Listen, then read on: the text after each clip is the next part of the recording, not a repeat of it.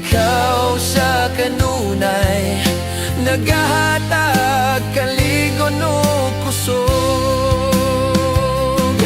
Dili makawang ang tanan ang among mga pagdaig nga musulbong sa langit.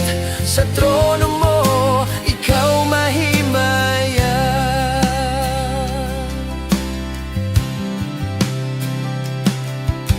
Nagasalig, nagatuo sa imong mga pulong, mga saad nga imong pagatumanon.